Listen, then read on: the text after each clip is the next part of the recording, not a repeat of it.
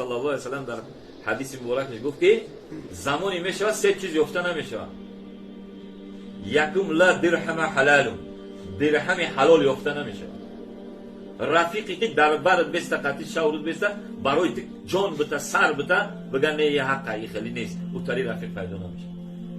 همون رفیق ترت ای پوش خنجر میزنن، ای پوش چی میزنن، یونی اوجی بابا خبرای تر همون رفیق میدونم میره و تو در همون چی را جاسوسی مخبری میکنن، همون آدمی که در برته بگونه چیکار داره، چون میفهمه که تو قضیه چه خانه تو نداره نروا.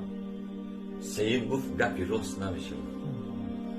این الله مع الصادقین، خدا همراه صادقانه نیست. پروردگار امروز هم تا دروغی که دروغ هم خیلی شیدگی که توبه کردن بسیار آدمای دروغ نمیدونن که لعنت الله علی الکاذبین، لعنت خدا بر دروغگویان.